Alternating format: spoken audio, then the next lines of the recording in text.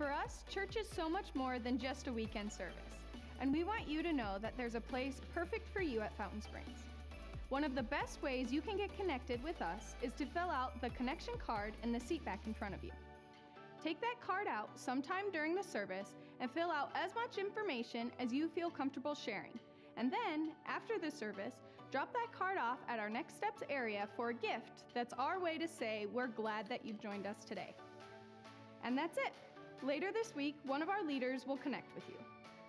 An incredible way to stay connected with our community, receive incredible resources and opportunities, is by downloading our app. From events and workshops to message notes, sermons, and weekend set lists, you can find all you need in one place. Download the app today on any mobile phone app store. Fountain Springs Kids is dedicated to partnering with parents to lead children to become fully devoted followers of Christ. Through age-specific lessons, activities, and small groups, your children, 6 weeks to 5th grade, learn about biblical truths and real-life application. Don't miss this great opportunity to help your children learn more about God's love. Check out FS Kids this weekend. Wherever you are in life, you have a purpose. And we hope today we can help you along that journey through experiencing and connecting with God in a real and authentic way.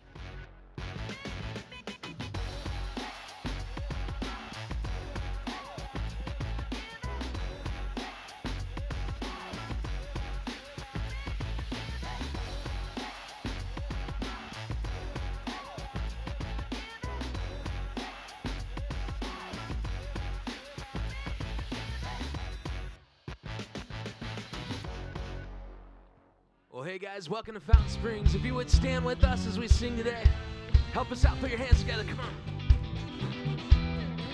There you go. Let's sing this out. Hark the herald angels sing, glory to the newborn King, peace on earth and mercy mild, God and sinners reconciled. Joyful all ye nations rise, join the triumph of the skies, with angelic hosts proclaim, Christ is born in Bethlehem. Hark the herald angels sing, glory to the newborn King. Yeah.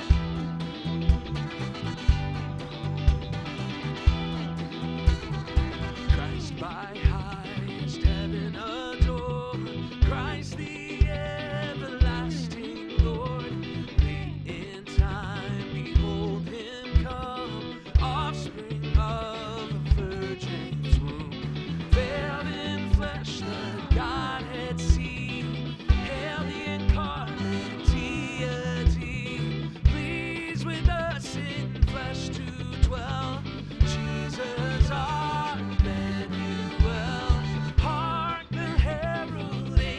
sing, glory to the newborn King. All right, sing it out. Hail the head, Lord, Prince of Peace. Hail the Son of Righteousness. Light and light, true all he brings. Risen with healing in his wings. Mighty legs, his glory by.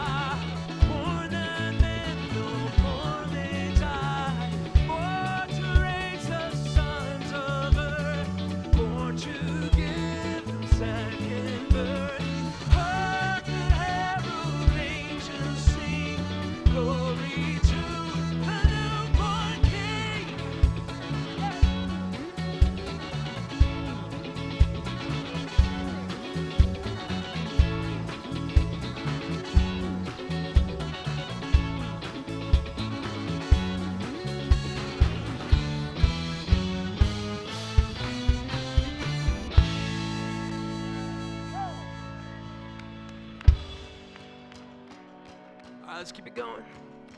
Singing tenderness.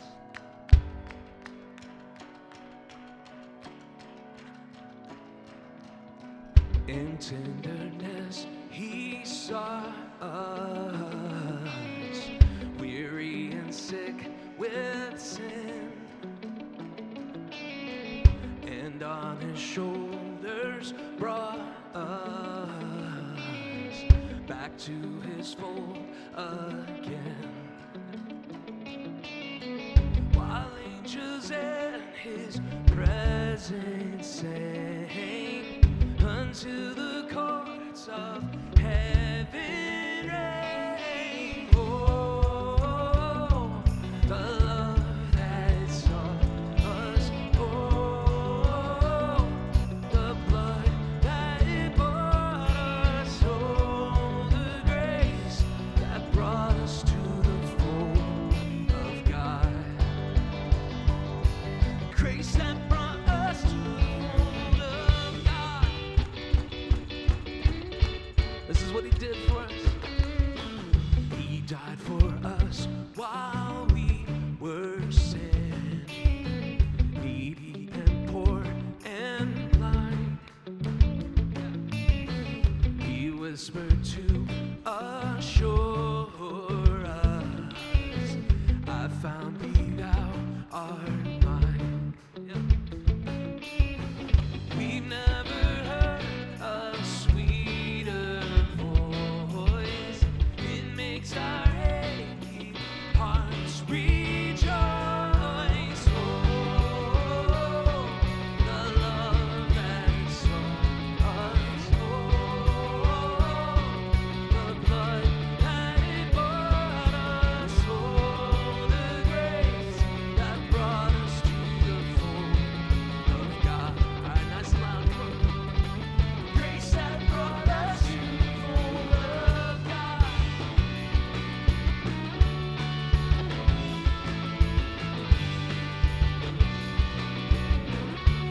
Sing upon his grace. Upon his grace we'll daily ponder and sing anew his praise. Yes, we will. With all adoring wonder, his blessings we retrace. It seems as if eternal days are far too short to sing his praise. Oh, the love that saw us. Oh, the blood that bought us. Oh, the grace that brought us to the fold of God. I sing it, come on. The grace that brought us to the fold of God.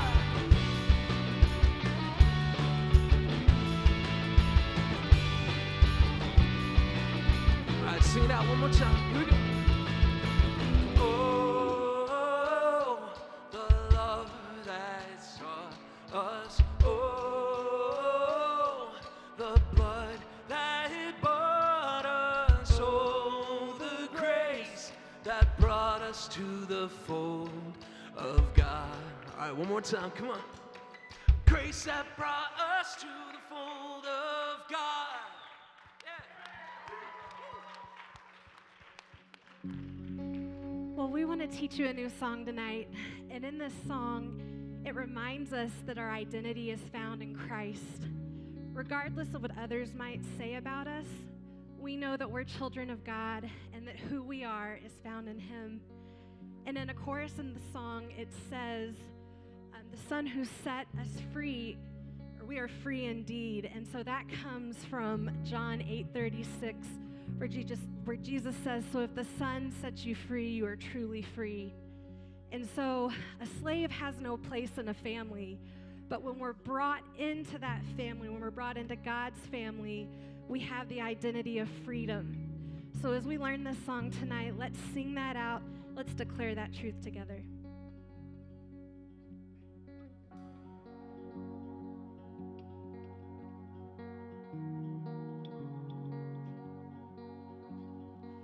Who am I that the highest King would welcome me?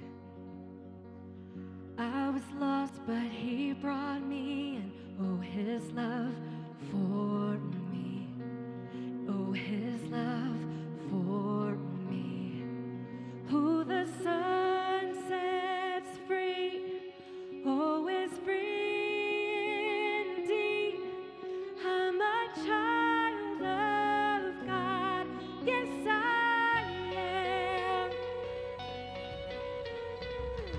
free at last, he has ransomed me.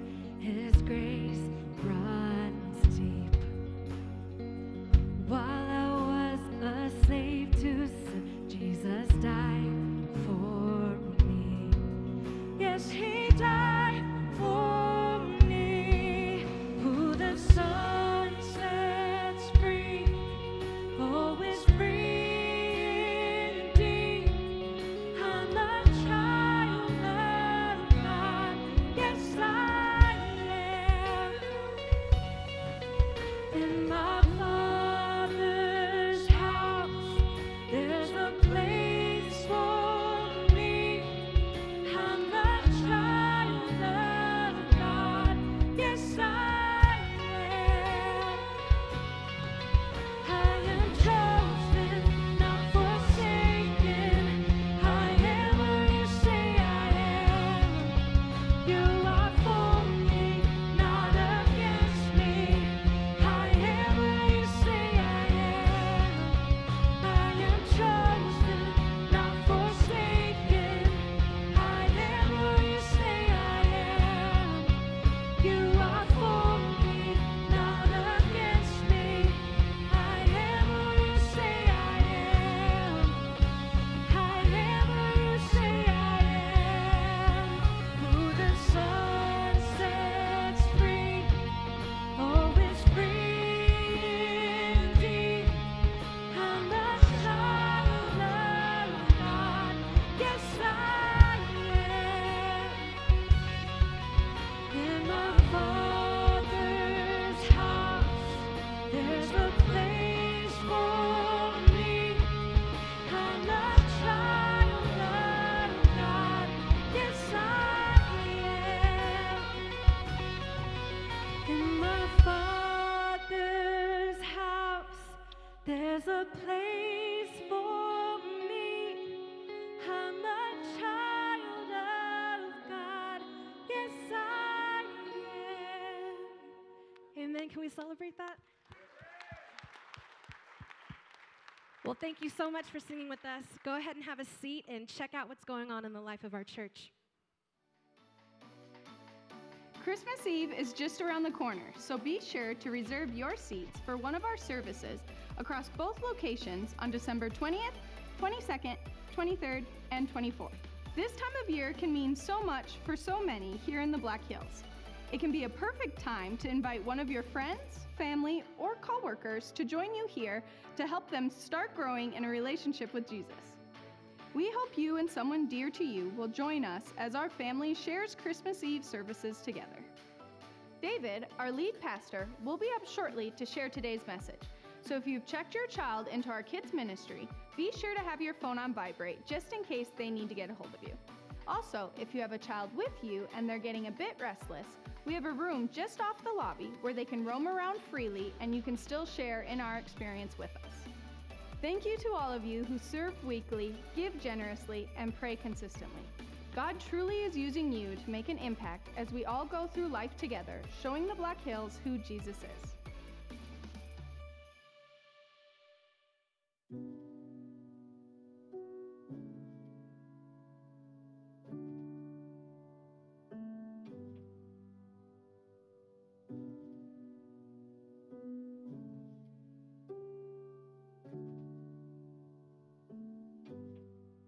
We got married in 2009, and then we had our first daughter, Brooklyn, in 2011, and we've been blessed with 2 more girls. So I've got my hands full. I'm the only guy in the house, but I love it, love our girls. Life would be very boring without them, so. So I grew up in a family where we went to church every Sunday. My grandpa was actually a Baptist preacher. I found Jesus when I was 7. I actually accepted him and baptized at 15 is when that happened, and church was always important to me. I grew up in a Christian household as well. Church wasn't as regular for us growing up, kind of hit or miss, here or there, didn't go all the time, but my parents definitely, taught us about Jesus, and, I accepted Jesus when I was 11, was baptized around then. I don't remember the exact time frame there. we kind of, I guess, started looking for a church home in Rapid City. One of Tessa's coworkers actually invited us to Fountain Springs, and just kind of knew, that it was a good place to be, and a place that just kind of everything hit home, and you definitely felt like you were part of a community. So we started attending about 2010. We'd been married about a year before the big renovation happened the first time with the church. The sanctuary was just small and cozy, we could call it, Cozy, with yes. with all of the fold-out chairs back into the lobby. I remember taking Brooklyn when she was born, just little, and walking, and into everything back behind the auditorium where they had the kids ministry back there to start with, and checking it out. And then the big renovation happened, and she got to experience the babies, the infants, and the 1-year-old room, one of the first kiddos for that area. And you could just tell it was going places, and it was really neat to see where the church was headed with that. Yeah, just to see, the excitement of the kids from week to week to want to go to the 1-year-old room or the 2-year-old room and to get to see what they got to do in there, and that they're learning about Jesus. And it was a big point for us that, that's what our child was going to be involved with, that they were going to get to be part of that, and really just growing their faith from an early age. I've seen all 3 of our girls now come out of the 1 and 2-year-old room knowing who Jesus is, and knowing what a Bible is, and knowing the songs. And it's just cool to see little people like that just grasping it. It was really a confidence booster to know that with us and the church, the kids ministry, that they're getting that good solid foundation to have a good life with Christ. We know that the next generation, obviously that's a focus for our church. The sooner you can reach kids and start ministering to them and getting them involved, the more likely they are to choose life following Jesus, and later on in life be able to have even more of an impact in serving in other areas in the community. They might have started off in the kids ministry, and then they get older. We have so many kids that are teenagers that help out on a weekly basis in the kids ministry, and it's just cool to see that they're already starting to give back. You're seeing kids get baptized that early in life. They've already decided that they're going to follow Jesus, they're going to serve him. So the more people we can get to help achieve that goal, the more kids we can reach on a weekly basis, the more people are willing to give, of their time and finances, the more we can, do as a church, as a group.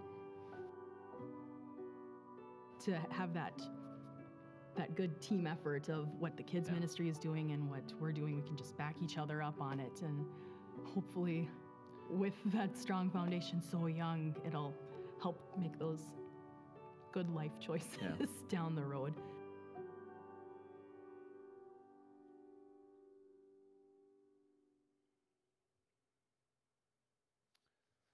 I'm gonna preach, but before we get there, I want to talk about what you and I just watched.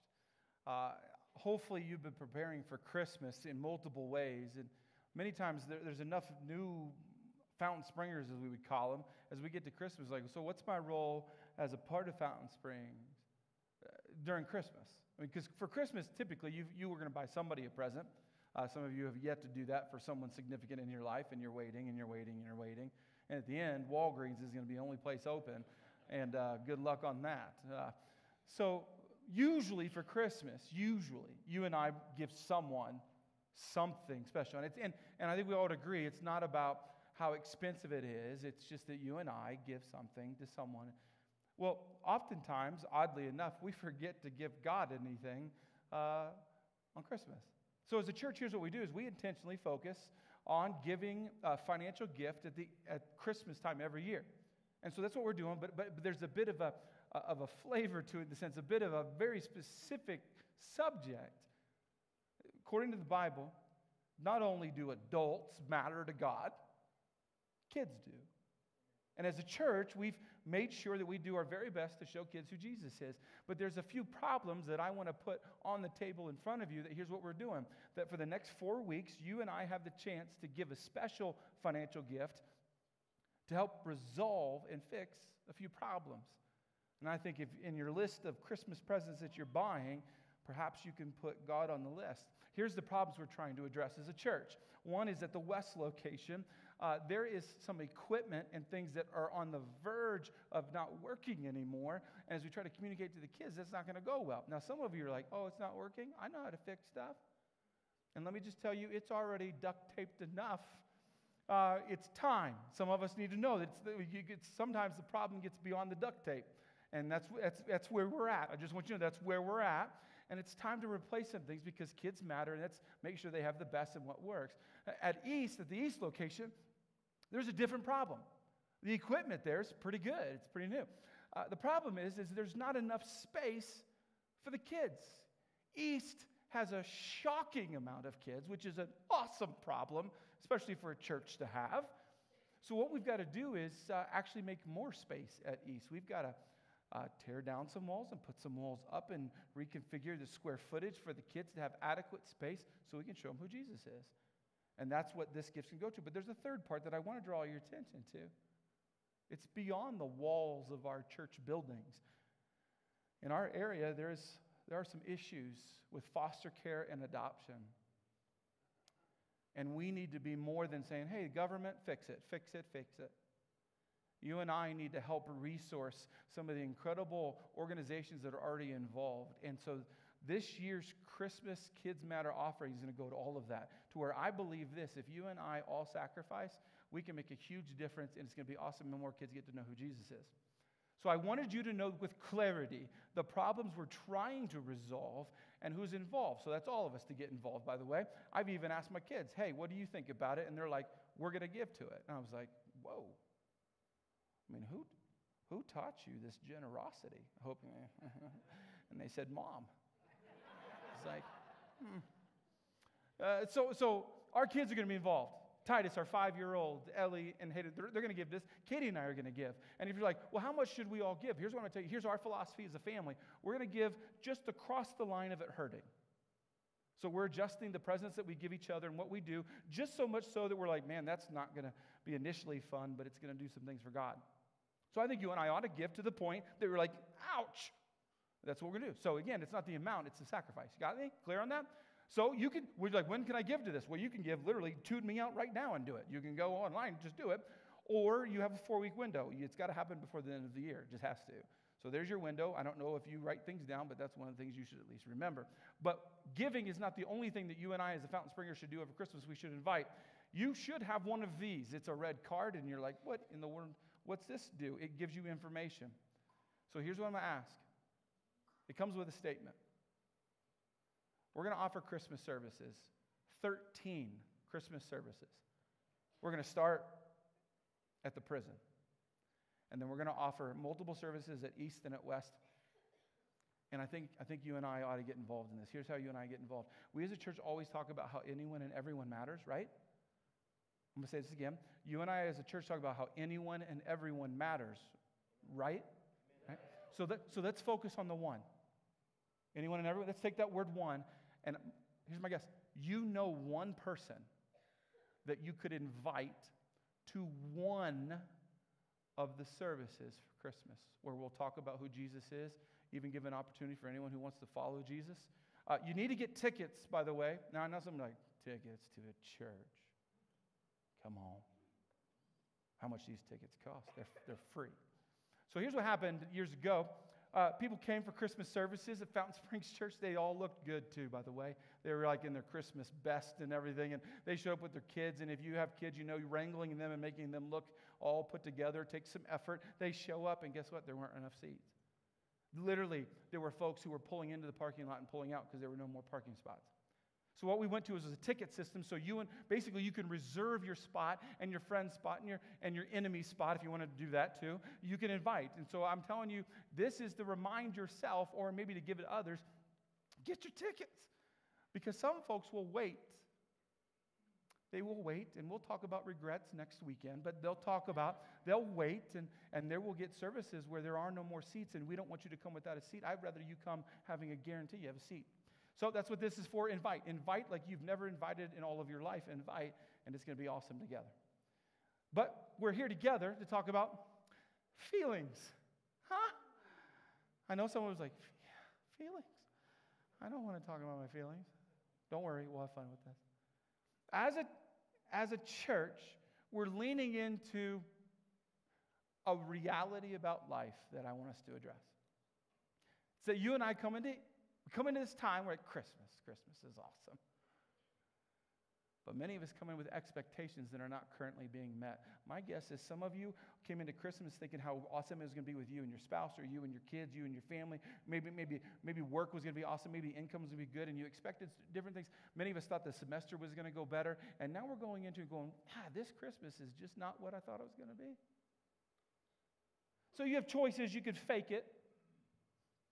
You can fake it, and I don't think that's the wise move. Or you and I could begin to look at, what does the Christmas story teach us about real life? When I say real life, here's the question. What do we do when life doesn't go our way? Like, let's just pretend that you have had a time in your life where you're like, hey, that didn't play out how I wanted it to. Most of us would be like, how many do we get a list? Because I've got a lot. Almost all of us, I'd say all of us, have encountered life where it's like, that didn't go the way I wanted it to. Maybe it's relationship, financial, whatever it be, but you've been there. I've been there. And you know what that does is it leaves you typically with a wounded heart when life doesn't go the way you wanted it to. That's why Christmas is so important. It's also why it's critical you and I don't fake it. Because do you know that the Christmas story has everything to do with your broken heart? I'll show it to you. Jesus was in church, reading the Bible, reading a scroll known as the book of Isaiah, and he read this part. He has sent me, Christmas is about Jesus being sent, right? He has sent me to heal the brokenhearted. But a lot of times in life we're thinking, no, if I've got a broken heart, I'm just supposed to get better somehow, or fake that I don't, and we go on with this broken heart, and it doesn't get resolved at all. Meanwhile, Christmas is here saying, don't fake it, get healed from it. Let your broken heart actually get addressed by God. So this will seem depressing at first, because we have to deal with the problem.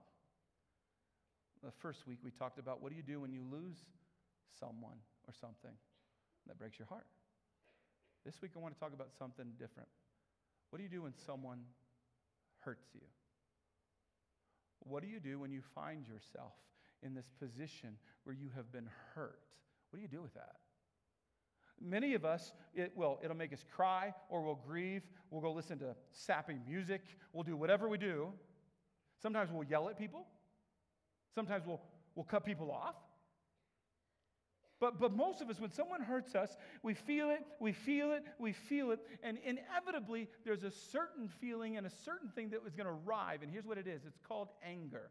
Eventually, you're going to get to the place, the day, the season of you're no longer like, oh, I'm so sad. You're like, I am very angry. One of the questions I get asked as a pastor is this: is it a sin for me to be angry? Get asked actually a lot.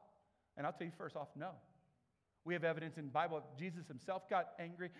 Anger by itself is not wrong. It's okay to be angry. In fact, I think there are things in life that you and I should start to be angry about.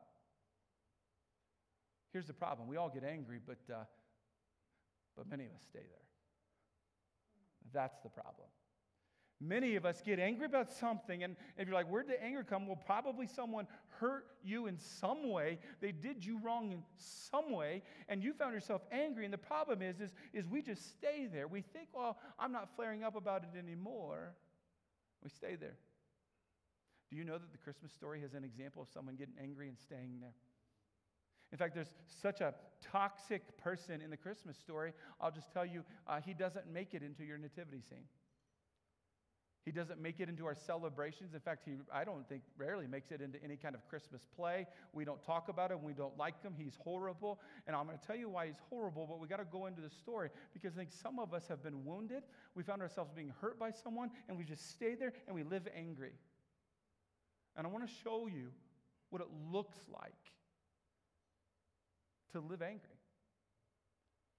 What happened is the Magi, or maybe the kings, we three kings of Orient. Okay, those guys, they are in the nativity scene. They come to town because they're looking for what they would call as the king of the Jews. So to them, logic says, if we want to find this new king of the Jews, let's go ask a king where the new king is. It's logical, but they asked the person who you should not ask that question to. Here's the story in case you missed it. When King Herod heard this, he was disturbed, as in, there's a new king? What? And all Jerusalem with him, when he had called together all the people's chief priests and teachers of the law, he asked them where the Messiah was to be born. So far, nothing wrong. That's a logical question. Oh, there's a Savior, a Messiah, a new king of the Jews? Okay, where's he at? Well, he begins to strategize, create a plan. I'll show you his plan. It's in the Bible. Herod called the Magi secretly and found out from them the exact time the star had appeared. It appears as he's strategizing. He sent them to Bethlehem and said, hey, go and search carefully for the child. As soon as you find him, report to me so that I too may go and worship him. So far, you're like, sounds like a pretty cool dude. It's a guy who hears about the new king of the Jews, the Messiah, and his response to this point is, let me help you guys find this king so not only you find him, so that I can find him and I can worship him. Huh? That's not what he was thinking. I know it's what was written. Perhaps you don't know the history of King Herod. King Herod, from the surface, was known as a brilliant man. In fact, in Israel, if you go over to Israel, even right now, there are walls and buildings that he had built, that still stand. He was known as an incredible builder. There's even an era in our history that we document as the time that he was building. That's how good he was. In fact, he's even better than that. He could put a plan together, but not only put a plan together, he could implement it and succeed. I mean, many of us, you want to work with someone like that, right? Okay, here's the good plan. We're going to do this plan, follow this plan, and it works. And you're like, this is great. I like this life. King Herod was amazing at drafting plans and making the plan work. But he had a dark side, a very dark side. He was an incredibly angry human being. And in fact, the emperor at that time made jokes about him, would actually describe him as, it was safer to be one of Herod's pigs than it was to be one of his own sons.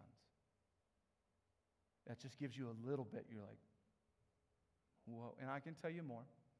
At one moment, King Herod was so jealous, he had the entire Supreme Court murdered. He just was skeptical about their loyalty. It even went into his family where he had family members, sons, his wife, his mom, all murdered.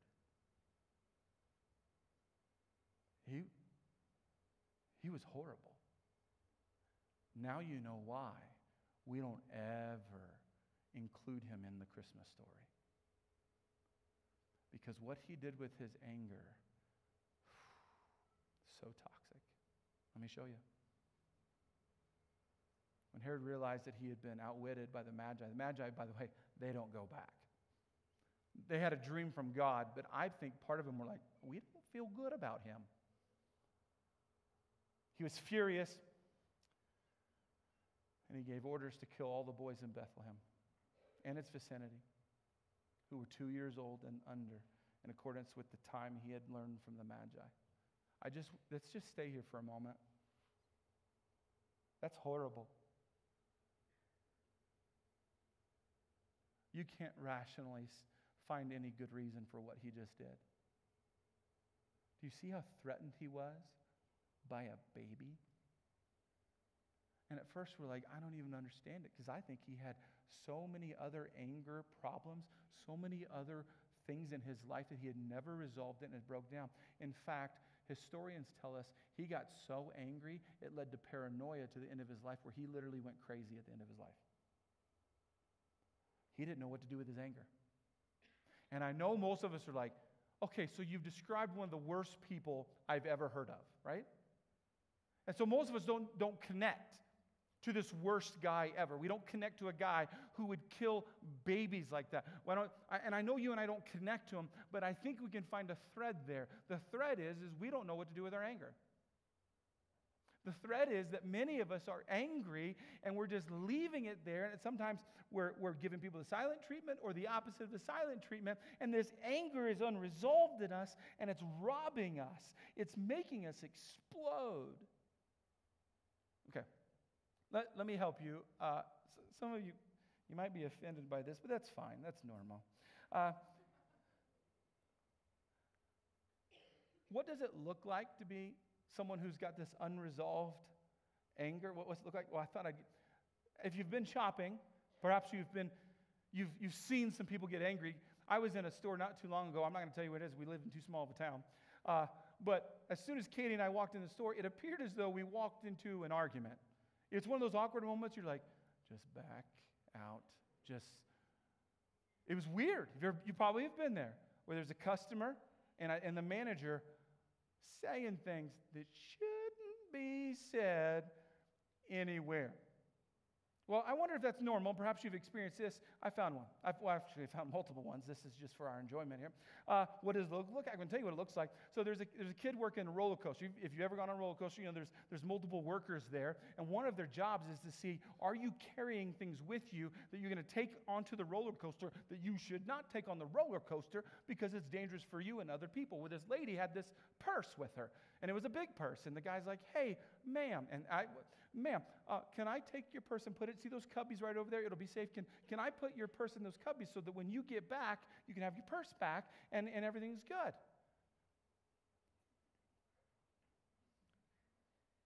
I bleeped out most of this, but I thought, here's her response to that. My bleep purse better be here when I get back, or I'm going to get my man up here and shoot your mother bleep dead. Some of you are like, what? One, you're worried that what I just said. Two, you're like, but you've seen this.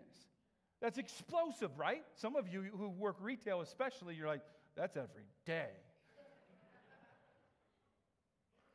Another one, an employee, first day on the job, not supposed to work the cash register, but they have to all of a sudden put him on the cash register. It's funny, sorry, I know what happens.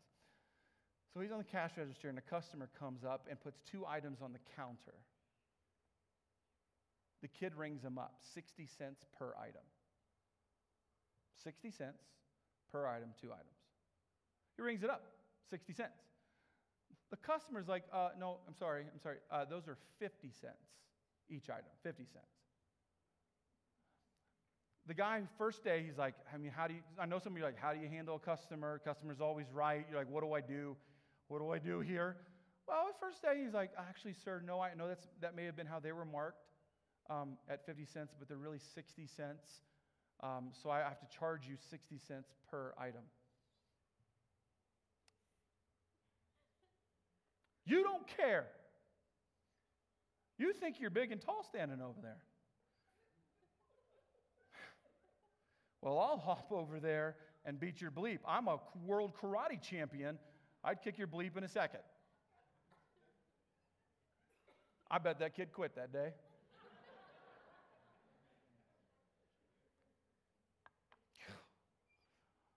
Read another one where a person came into a grocery store and they had bought a pie that was supposed to be cooked, but it ended up not being fully cooked. Walked in straight to the manager, found the manager, and said that this pie was raw and there's a problem. The manager had a policy in which all they would simply do is find out which pie, go get an employee and replace the pie right there. Before he could get the words out, the pie was in his face. Those are examples of unresolved anger, where they got angry about something else, and they stayed angry, and it built, and it built, and it built, and it built, and it built. Do you know that we don't know what to do with our anger? Yeah, I can show you one way to deal with it. I found it in Canada. They must be angry in Canada. It's called a rage room. And if you don't know what a rage room is, we just took their advertisement for what a rage room, what you do at a rage room. I just thought I'd show it to you. It's just about 60 seconds. Take a look.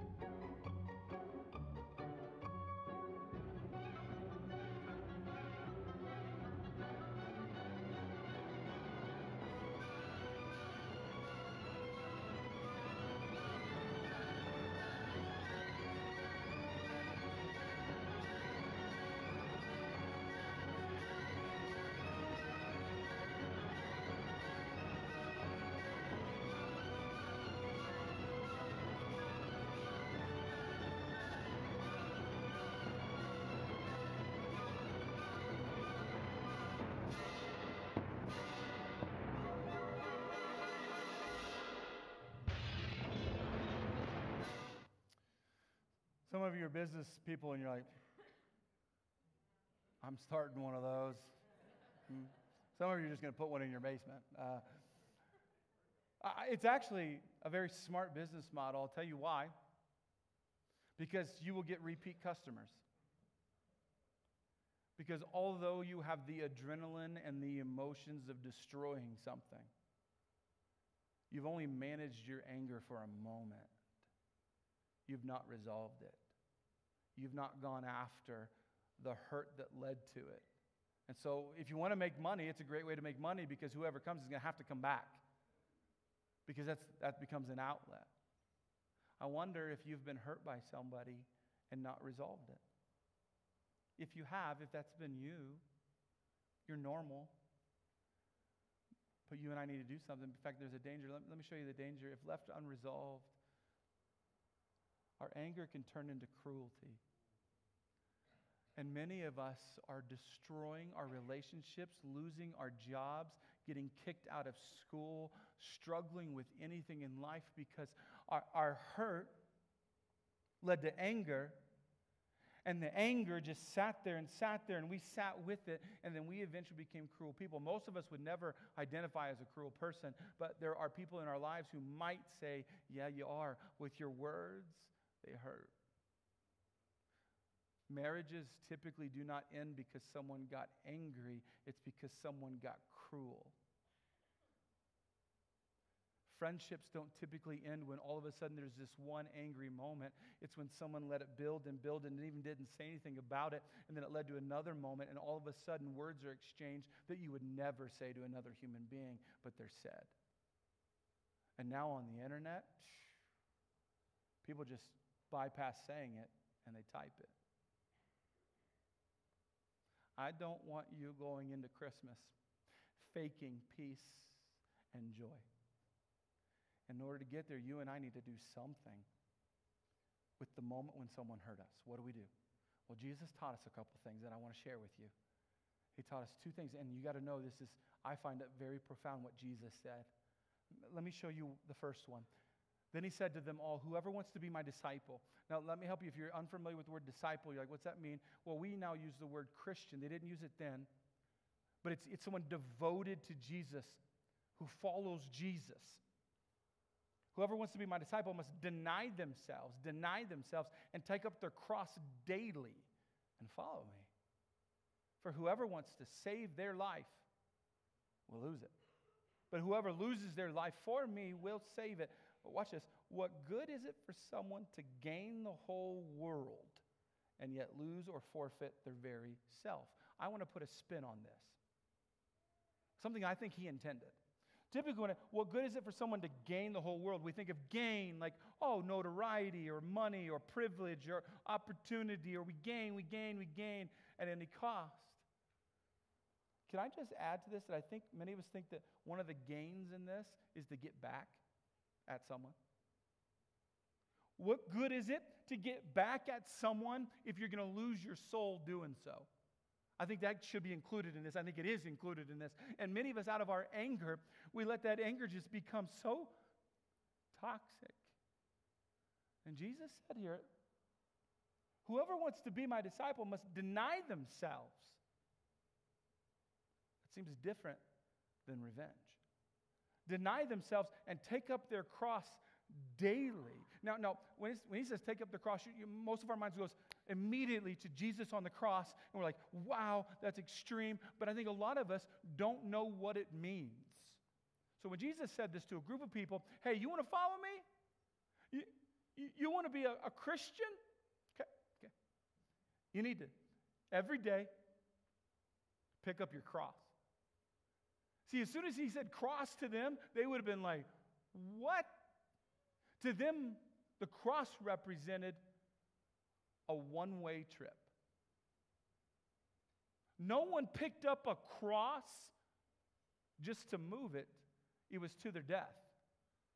When you picked up the cross, it was a humiliation tactic. That's what the Romans did. It was built to not only kill a person, but to humiliate them. And no one picked up a cross more than once. And Jesus says, you want to follow me? Then every single day you need to pick up your cross.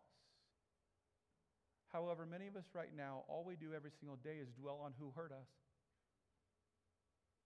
How we were done wrong, how life is unfair, and it hurts, and you're right, it hurts, and it was unfair and not right.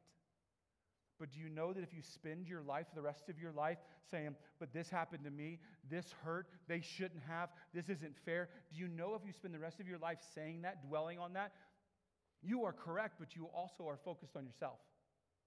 For the rest of your life, you find yourself not saying, I'm better than everybody. You're saying, I deserve more than what I've received. It's still self-centered. It's still like, this happened. They shouldn't have done it. I can't believe this. I never get what others get. This isn't fair. This is a problem. Why? And it's always dwelling on self. And Jesus says, you want to follow me? Deny yourself. Here's the observation I think he's making of many. You can't be self-centered and Jesus-centered at the same time. And that not only includes arrogance, it also includes woundings. And I'm not saying to disregard your wounding or to pretend like it never happened. But many of us are dwelling on it every day. Who they are, what they did, how unfair it was. And you're right, but you're still focused on yourself. And Jesus says, you want healed? Every day, pick up your cross. But many of us have let the anger, the hurt and the anger has turned into hate. In fact, let me ask you to do something. Don't say it out loud.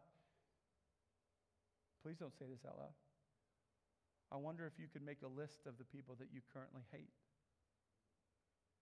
Many of us are like, well, David, I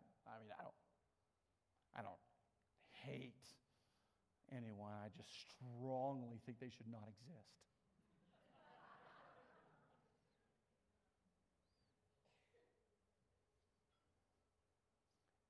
Others of us need me to stop preaching so you can continue to make your list.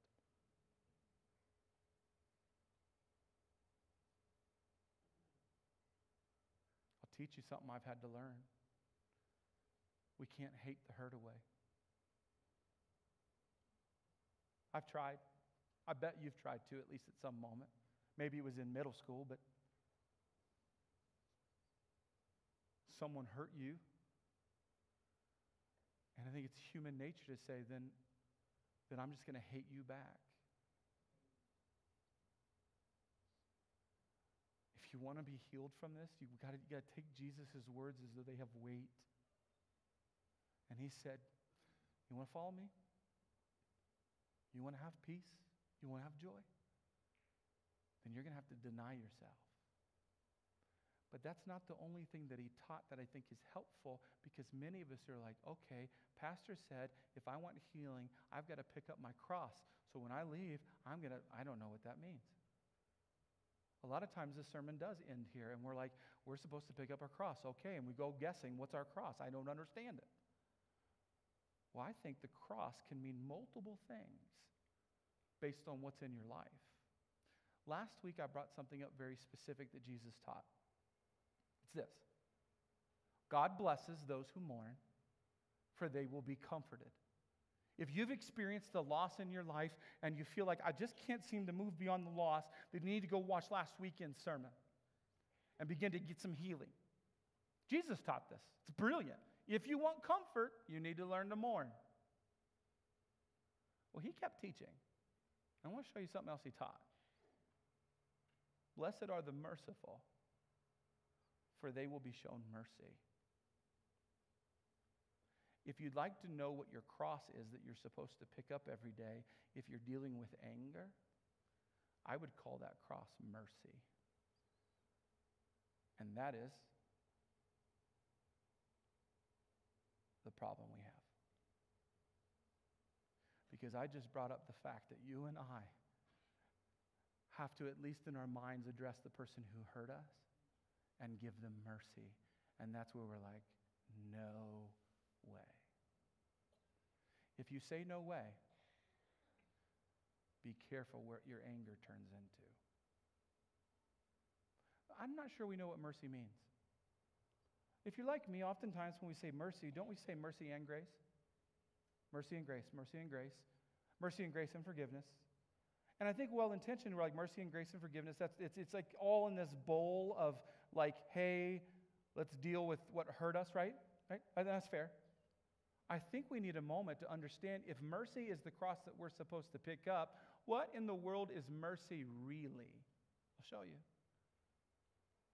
Refusing to punish when you have the right to punish. See, many times when a pastor or someone talks about, hey, if you want peace, you need to forgive, we're like, but you don't know what they did. And we're thinking, we interpret forgiveness as, I got to forget this, I got to move on, hey, it's no big deal anymore, whatever. No. Do you know the first step to forgiveness is mercy? And it's simply when you're saying, I'm not going to punish you back. The old school way is it means you put your sword down. You're still upset with them. You got me? You're still like, I don't like what you did. But you put your sword down. You put your words down. You put your phone down. You turn the computer off. You say, you know what? You deserve to be punished, but I'm not going to punish you because according to God, vengeance is His. That's mercy. And I know many of us right now, but David,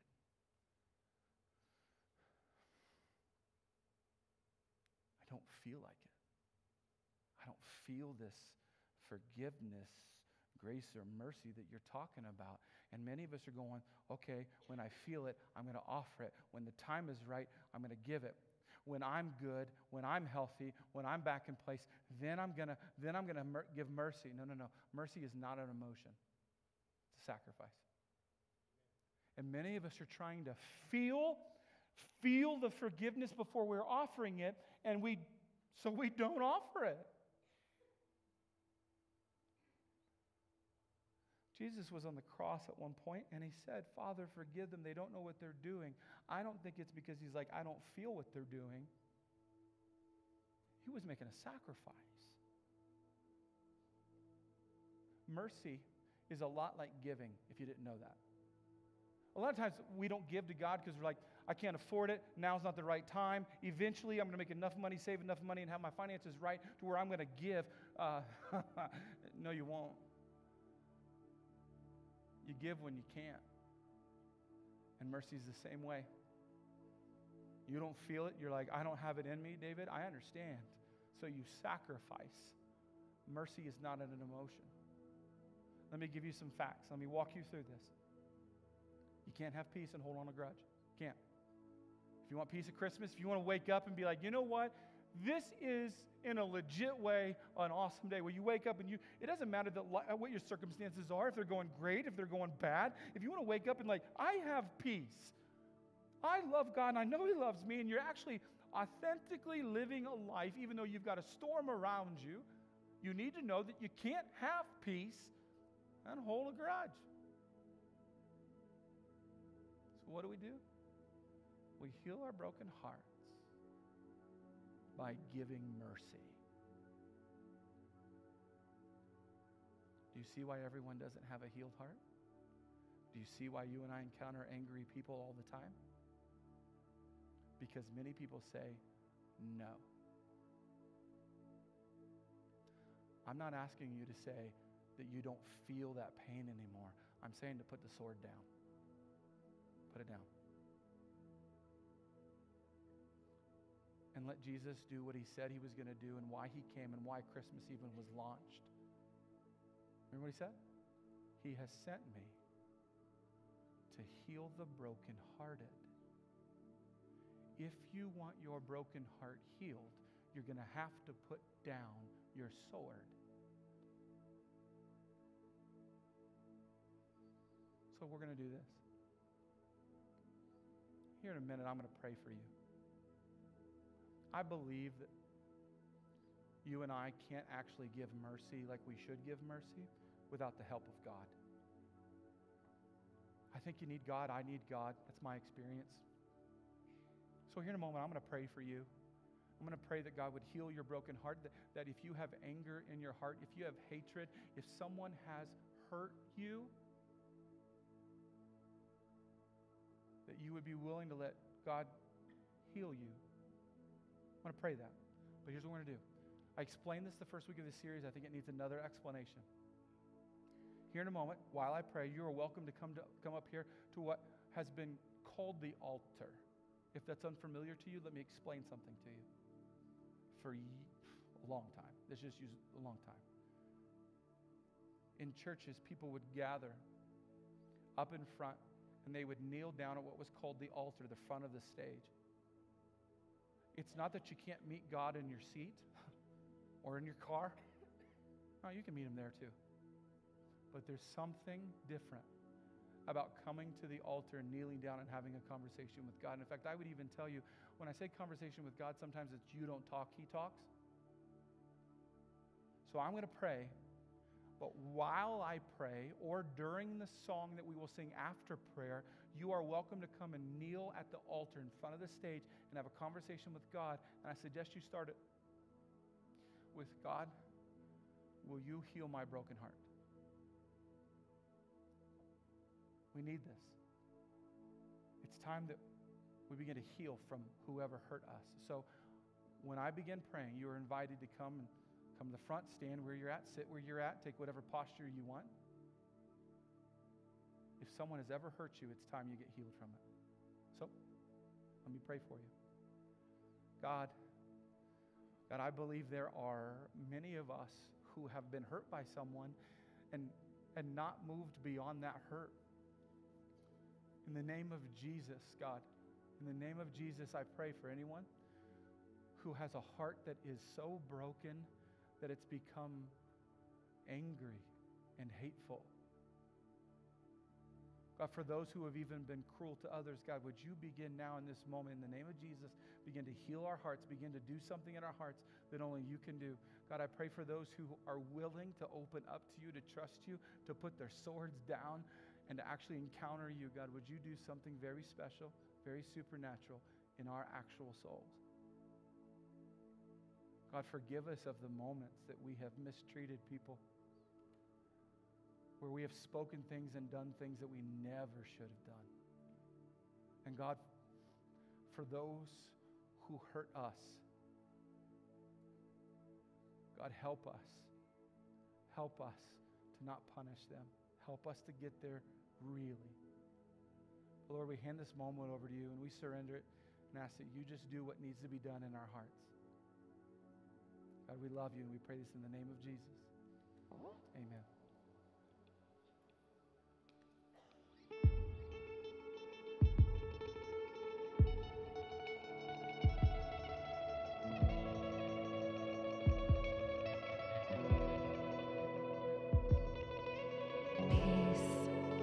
Bring it all to peace.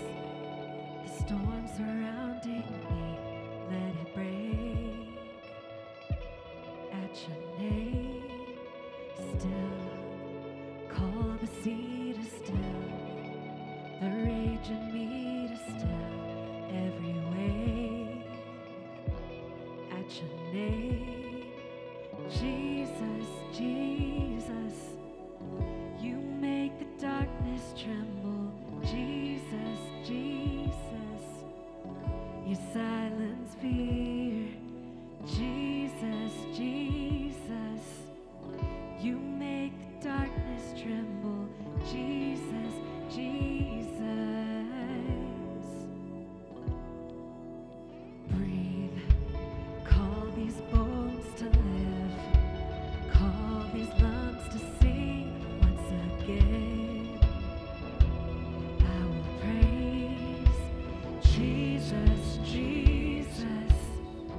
You make the darkness tremble. Jesus, Jesus. You silence fear. Jesus, Jesus. You make the darkness tremble. Jesus, Jesus. Jesus, Jesus. You make the darkness tremble. Jesus, Jesus. You silence fear. Jesus, Jesus. You make the darkness tremble. Jesus, Jesus. Your name is a light that the shadows can't deny. Your name cannot be overcome. Your name is a light forever lifted high. Your name cannot be overcome. Jesus, Jesus. You make the darkness tremble. Jesus, Jesus. Silence fear. Oh, Jesus, Jesus. You make the darkness tremble. Jesus, Jesus.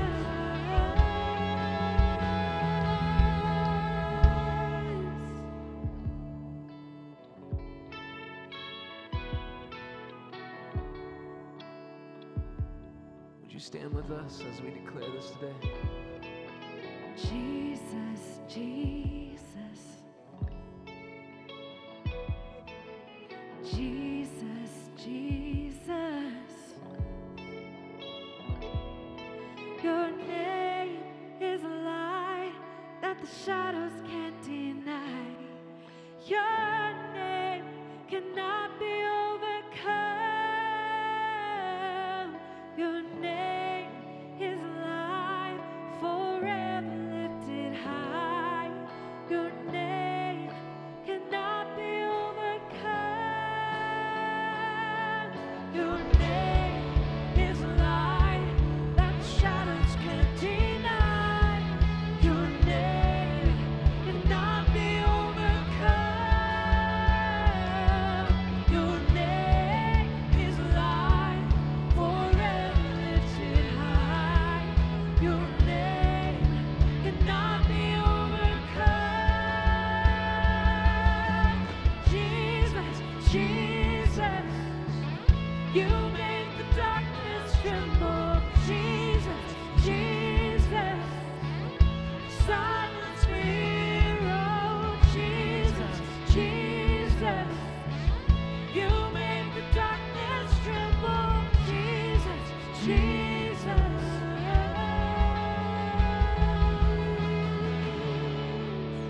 Amen.